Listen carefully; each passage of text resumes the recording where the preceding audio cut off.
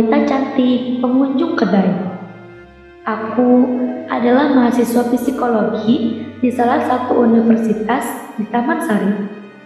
Sambil kuliah, aku mencari uang tambahan dengan berjualan makanan di sekitar kampus. Awalnya hanya modal kecil-kecilan, sampai ternyata usahaku itu laku keras. Sekarang aku bisa membuka kedai sendiri yang tempatnya tidak jauh dari kampusku. Malam itu, kedaiku ramai dikunjungi oleh mahasiswa yang mencari hiburan malam. Sampai akhirnya aku harus menutup kedaiku agak larut, sekitar jam 11 malam. Namun, karena banyak orang yang berkunjung malam itu, membuatku sedikit lama di kedai untuk mencuci piring di dapur. Sampai-sampai aku lupa menutup kedai. Pintu kedai masih kubiarkan terbuka. Kedaiku terdiri dari 2 lantai. Karena posisinya dekat sungai, maka lantai yang di bawah aku jadikan dapur umum. Sedangkan lantai atas sebagai restorannya yang menghadap langsung ke jalan Taman Sari. Di depan kedaiku terdapat jalan kecil yang dipagari blok tempat orang untuk berjalan. Di sana ada sebuah pohon tinggi besar yang kalau siang membuat kedaiku terlihat sejuk. Namun ternyata itu juga yang menjadi perhatian makhluk lain yang ada di sekitar jalan Taman Sari. Setelah aku selesai mencuci piring, aku tidak langsung menutup kedai. Aku duduk di mesin kasir dan menghitung pendapatanku hari ini.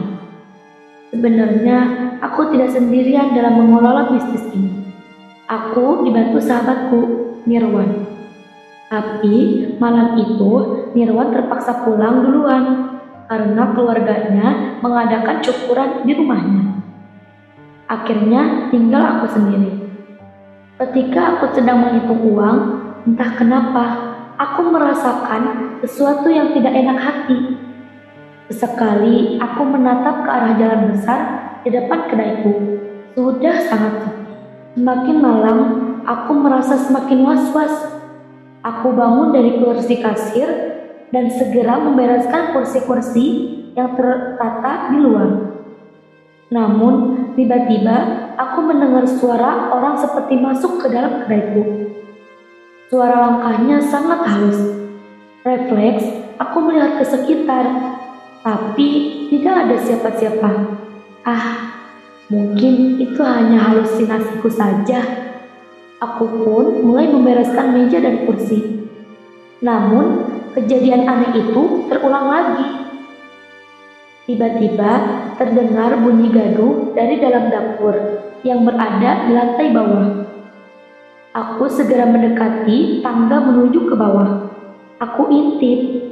Tidak ada yang berubah. Sampai, permisi, masih buka.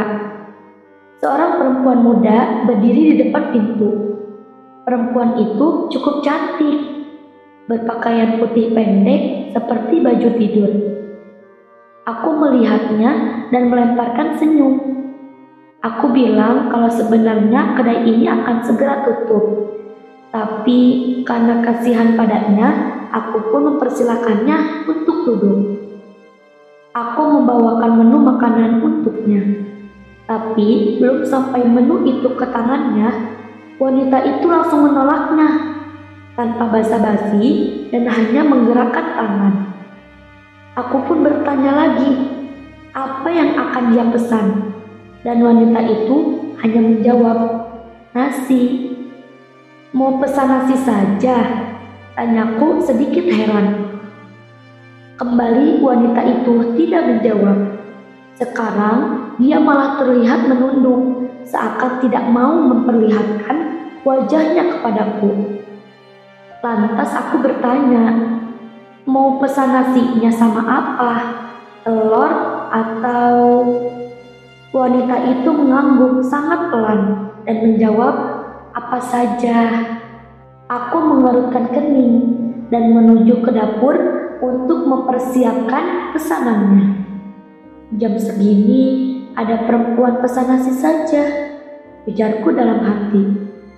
Aku pikir itu hanya orang gila, tapi aku perlu untuk membuktikannya. Setelah beberapa menit, hidangan makanan pun selesai. Aku lalu kembali ke atas dan melihat perempuan itu masih terduduk di sana. Aku pun memberikan pesanannya, sepiring nasi dan juga telur. Aku lalu meninggalkannya dan kembali ke dapur. Saking penasarannya, aku mengintip perempuan aneh tersebut dari dapur. Dan astaga, perempuan itu memakan nasi dan telurnya dengan sangat lahap, namun tanpa menggunakan sendok atau garpu. Perempuan itu memakan telurnya menggunakan tangan dan menggenggam nasinya langsung ke dalam mulutnya. Aku lalu pindah duduk ke meja kasir sambil terus memperhatikan perempuan itu. Tidak lama kemudian, makanan pun habis. Kulihat dia berdiri dan langsung melangkah keluar. Aku spontan berdiri karena dia belum bayar makanan yang dia pesan, dan aku coba menghentikannya. "Neng, maaf, Neng belum bayar nasi sama telurnya," ucapku sopan. Namun perempuan itu seakan tidak mendengarkanku. Dia berjalan tenang mengarah keluar. Dia lalu menoleh ke kiri dan ke kanan jalan.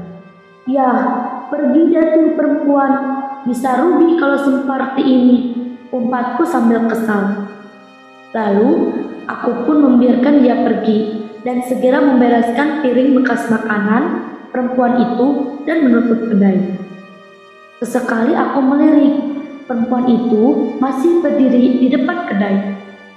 Aku segera menutup kedaiku dan membiarkan sebuah celah kecil agar aku bisa mengintip dari sela-sela rolling door itu.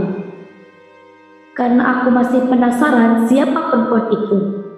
Ketika aku mengintipnya, perempuan itu masih berdiri mematung. Tapi perlahan dia mulai bergerak menuju sebuah pohon di depannya. Tangannya memegang kulit pohon itu dan mulai merabaknya. Kali ini perempuan itu mulai memeluk pohon yang cukup besar itu, sambil kedua tangannya seakan meraba sesuatu. Perempuan itu terlihat semakin memberikan tenaga di kedua tangannya.